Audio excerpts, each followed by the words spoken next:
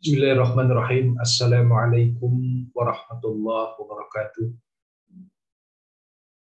Hadirin yang berbahagia, pada hari ini kita diberikan kesempatan oleh Allah Subhanahu wa taala untuk memaparkan terkait dengan masalah strategi pembelajaran dan motivasi belajar.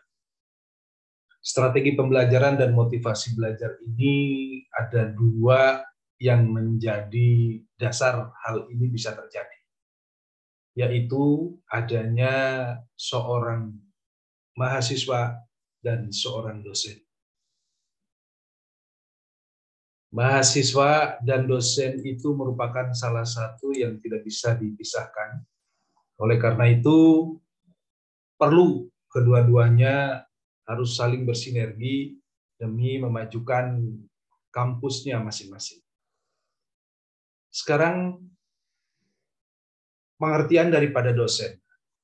Dosen adalah pendidik profesional dan ilmuwan dengan tugas utama mentransformasikan, mengembangkan, dan menyebarluaskan ilmu pengetahuan dan teknologi melalui pendidikan, penelitian, dan pengabdian kepada masyarakat. Ini menurut pasal 1 ayat 14 Undang-Undang Nomor 12 Tahun 2012. Kemudian mahasiswa. Mahasiswa itu adalah peserta didik pada jenjang pendidikan tinggi. Ini menurut pasal 1 ayat 15 Undang-Undang Nomor 12 Tahun 2012. Kedua-duanya ini diatur di dalam undang-undang yang sama, yaitu Undang-Undang Nomor 12 Tahun 2012. Pentingnya strategi pembelajaran. Yang pertama, memberikan rumusan acuan kegiatan belajar. Pembelajaran. Jadi di dalam belajar itu harus ada acuan sebagai kegiatan pembelajaran. Yang akan diajarkan itu apa saja. Kalau umpamanya kita ambil satu mata kuliah, umpamanya mata kuliah fondasi, maka hal-hal apa saja yang harus disampaikan di dalam mata kuliah tersebut. Sehingga akan tercapailah yang namanya tujuan pembelajarannya. Nah, untuk mencapai tujuan pembelajarannya ini, tentu akan ada item-item sebagai pendukungnya. Salah satunya adalah bahan ajar atau buku bahan ajar ataupun modul yang harus dipegang. Semuanya ini harus berpegang kepada satu tujuan, yaitu apa tujuan pembelajaran. Kemudian yang ketiga, yaitu menarik minat belajar peserta didik. Mahasiswa harus diajak untuk senang. Mahasiswa harus diajak untuk enjoy di dalam mempelajari satu ilmu yang akan disampaikan oleh dosen. Jangan sampai nanti yang namanya mahasiswa itu tidak senang. Artinya kalau tidak senang, maka mahasiswa tidak bisa akan menerima apa yang akan diajarkan oleh dosen. Kemudian yang keempat, memotivasi, mendorong, menggerakkan, membimbing, dan mengarahkan peserta didiknya. Memotivasi bahwa yang namanya mahasiswa itu proses belajarnya bertahap, tidak bisa sekaligus. Maka mahasiswa harus diberikan memotivasi. Kemudian mahasiswa diberikan satu tindakan agar bisa mendorong dirinya lebih aktif. Mahasiswa harus diberikan dirinya untuk bisa mengarahkan kepada rekan-rekan lainnya bahwa memotivasi, mendorong, menggerakkan, membimbing itu adalah salah satu pentingnya strategi pembelajaran agar tercapai apa yang namanya tujuan pembelajaran pada satu mata kuliah yang diajarkan oleh dosen. Kemudian, karakteristik proses pembelajaran. Karakteristik proses pembelajaran itu, yang pertama adalah interaktif. Antara mahasiswa dengan dosen harus terjadi interaktif, komunikasi yang interaktif. Artinya, dosen menyampaikan, mahasiswa kurang paham bertanya. Begitu juga kalau terjadi bahwa dosen itu menyampaikan sesuatu yang kurang mengena, maka mahasiswa berhak untuk mengarahkan. Kemudian yang kedua adalah inspiratif. Inspiratif itu apa yang disampaikan punya inspirasi yang baik buat mahasiswa terkait dengan masalah pembelajaran. Yang ketiga adalah menyenangkan. Jadi belajar itu harus menyenangkan, tidak dengan stres, tidak dengan ketegangan yang menyebabkan psikis mahasiswa itu tidak berkembang. Kemudian yang keempat adalah menantang. Menantang ini dalam arti apa yang akan disampaikan punya semangat bagi mahasiswa untuk mencari sesuatu yang lebih, mencari ilmu yang lebih, penasaran apa yang disampaikan oleh dosen. Kemudian yang kelima adalah memotivasi peserta didik untuk aktif. Jadi memotivasi peserta didik untuk aktif dalam hal mengeluarkan pendapat, dalam hal aktif di kegiatan di kelas. Yang selanjutnya adalah memberikan ruang yang cukup bagi prakarsa, kreativitas, dan kemandirian sesuai dengan bakat, minat, dan perkembangan fisik serta psikologi peserta didik. Dosen hendaknya bisa membaca mahasiswa dalam kondisi ini, sehingga mahasiswa itu mau belajar sesuai dengan kemampuan fisik yang ia miliki, sesuai dengan kemampuan psikologi peserta didiknya. Pembelajaran adalah proses interaksi antara peserta didik dengan pendidik, dan sumber belajar pada suatu lingkungan belajar. Jadi terjadinya satu interaksi inilah yang disebut belajar. Dosen memberikan materi kepada siswa, kemudian siswa juga menerima apa yang disampaikan oleh dosen. Kemudian pendekatan pembelajaran.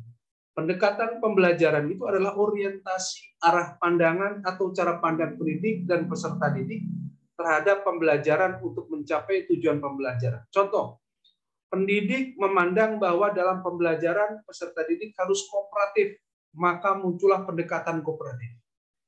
Pendidik memandang bahwa dalam pembelajaran peserta didik harus inovatif, maka muncullah pendekatan-pendekatan inovatif. Sekarang di dalam belajar mahasiswa harus menguasai 3 ranah. Yang pertama ranah kognitif, psikomotorik, dan afektif. 3 ranah ini merupakan salah satu hal yang penting di dalam pembelajaran. Yang pertama kognitif, itu ada 6 tingkatan. Yang pertama pengetahuan, di mana pengetahuan itu mahasiswa mampu untuk mengingat, untuk menghafal apa yang disampaikan oleh dosen. Kemudian yang kedua itu pemahaman atau menginterpretasikan apa yang disampaikan oleh dosen di dalam kehidupan sehari-hari. Yang ketiga, aplikasi, menggunakan konsep untuk memecahkan suatu masalah sehingga konsep ini bisa dipegang oleh mahasiswa terkait jika ditemui ada satu masalah-masalah yang belum terpecahkan. Yang keempat, analisis, menjabarkan suatu konsep. Dari konsep itu dijabarkan ke dalam kehidupan sehari-hari. Yang kelima adalah sintesis, menggabungkan bagian-bagian konsep menjadi suatu konsep yang utuh.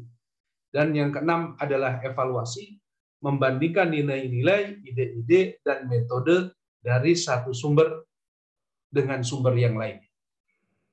Kemudian yang selanjutnya adalah psikomotor. Psikomotor itu ada 5 tingkatan. Yang pertama, menirukan gerak. Peniruan atau menirukan gerak. Kemudian menggunakan konsep untuk melakukan gerak.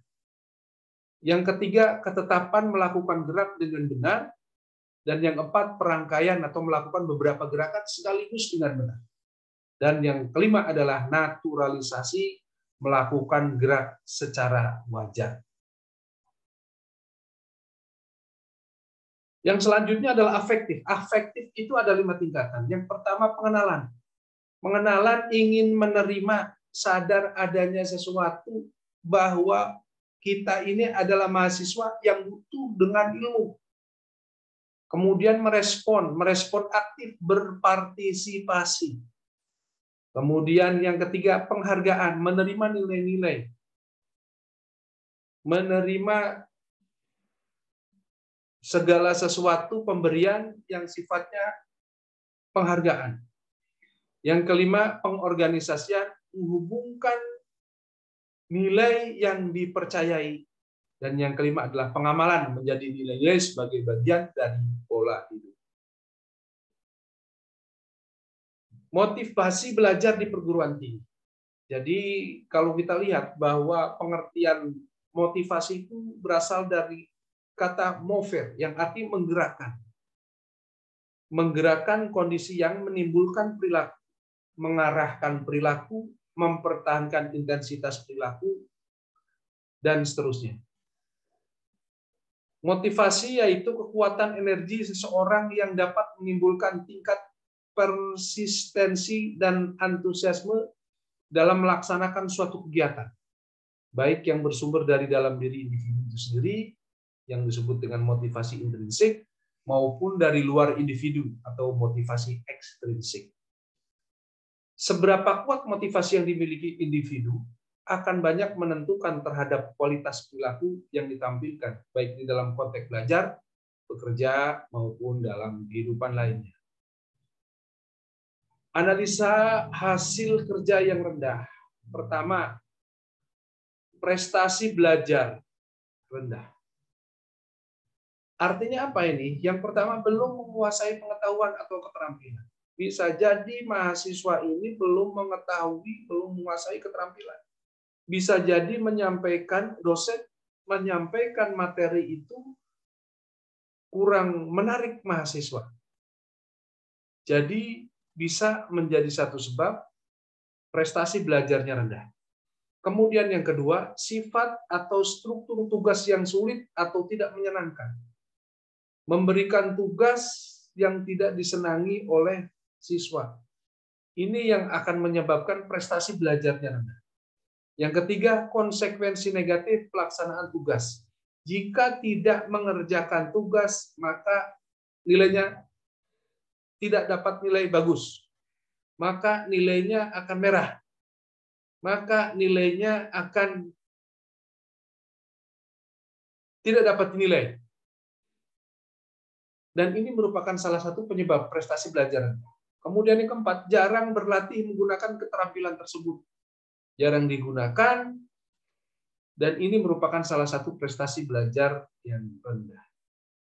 Fungsi motivasi dalam belajar, yang pertama itu motivasi adalah suatu yang paling mendasar, yang harus ada dalam proses belajar. Karena hasil belajar akan optimal bila ada motivasi. Dosen hendaknya bisa memberikan satu motivasi kepada mahasiswa. Jangan sampai dosen itu memberikan pelajaran yang fokusnya hanya ke pengetahuan saja. Tapi cari motivasi agar mahasiswa minimal mau mendengarkan apa yang disampaikan oleh dosen.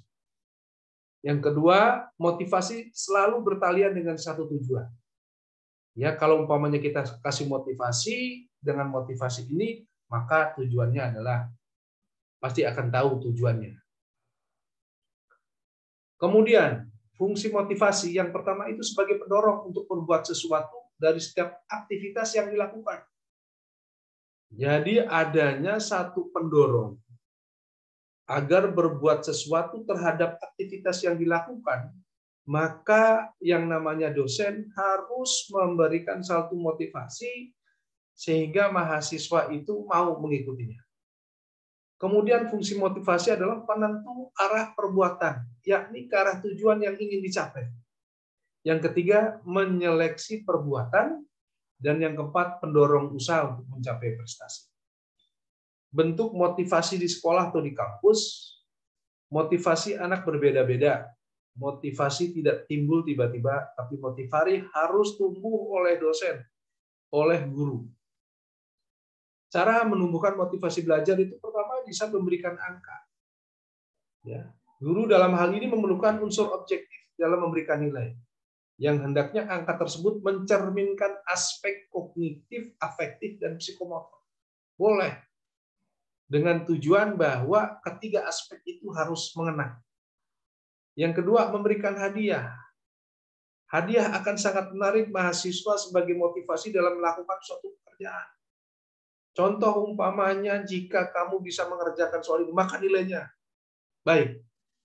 Jika bisa mengerjakan soal ini, maka akan diberikan hadiah. Dan ini merupakan salah satu cara menumbuhkan motivasi belajar.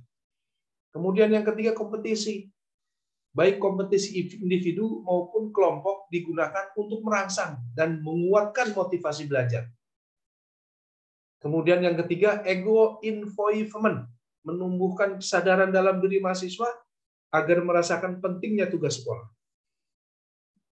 Jadi apapun yang diberikan oleh dosen supaya dianggap oleh mahasiswa itu penting.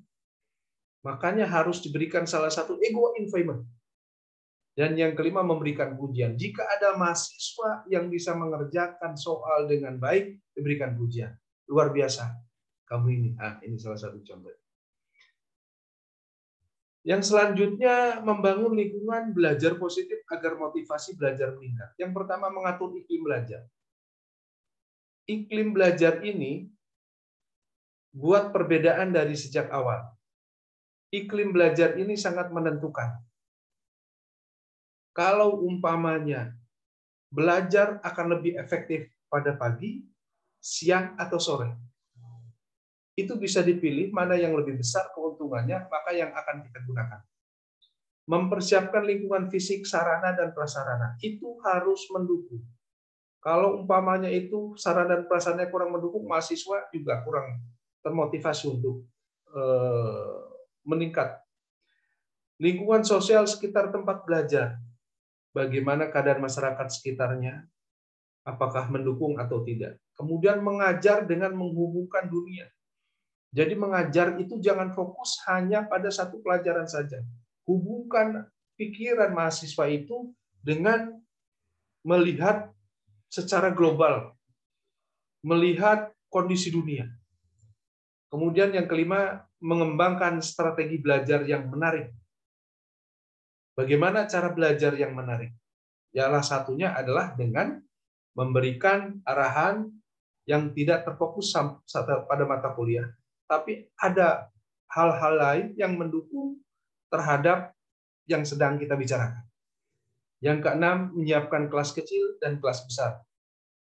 Apa perbedaannya? Kalau umpamanya jumlah mahasiswanya itu ada 150, kalau dibuat dalam satu kelas, nah ini tidak efektif. Maka dibuatlah satu kelas umpamanya 30, maka akan dibikin kelas A, B, C, dan D. Itu mungkin yang bisa disampaikan bahwa terkait masalah strategi pembelajaran dan motivasi belajar. Itu saja. Terima kasih atas segala perhatiannya. Mohon maaf. Assalamualaikum warahmatullahi wabarakatuh.